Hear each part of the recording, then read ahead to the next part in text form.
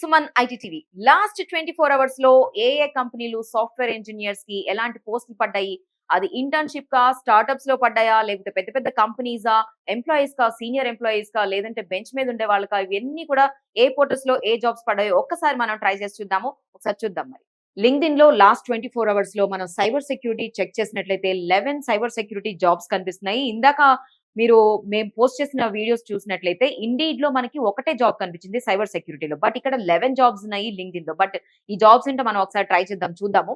Cyber security analyst FedEx ఏఎస్సిసి అనే job ఒకటి కనిపిస్తుంది.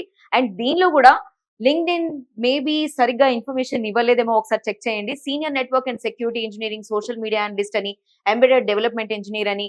సో సైబర్ సెక్యూరిటీకి 1 or 2 జాబ్స్ మాత్రమే నేను చూస్తున్నాను. Cyber security service now developer and solvers India అనే వాళ్ళు ఓన్లీ 2 పోస్టులు మాత్రమే మనకి కనిపించాయి ఇక్కడ సైబర్ సెక్యూరిటీ.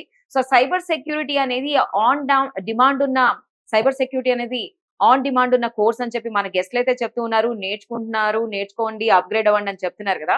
బట్ ఇక్కడ చూసినట్లయితే మనకి చాలా తక్కువ కనిపిస్తున్నాయి. అది మండే అనా లేకపోతే రెగ్యులర్ గా ఇలానే ఉంటుందా ఒకసారి చెక్ చేసుకోండి. అండ్ నేర్చుకునే వాళ్ళు ఇంకా దీని గురించి ఏమైనా ఒపీనియన్స్ ఉంటే కింద కామెంట్ సెక్షన్ లో కూడా మీరు ఒకసారి కామెంట్ చేయండి.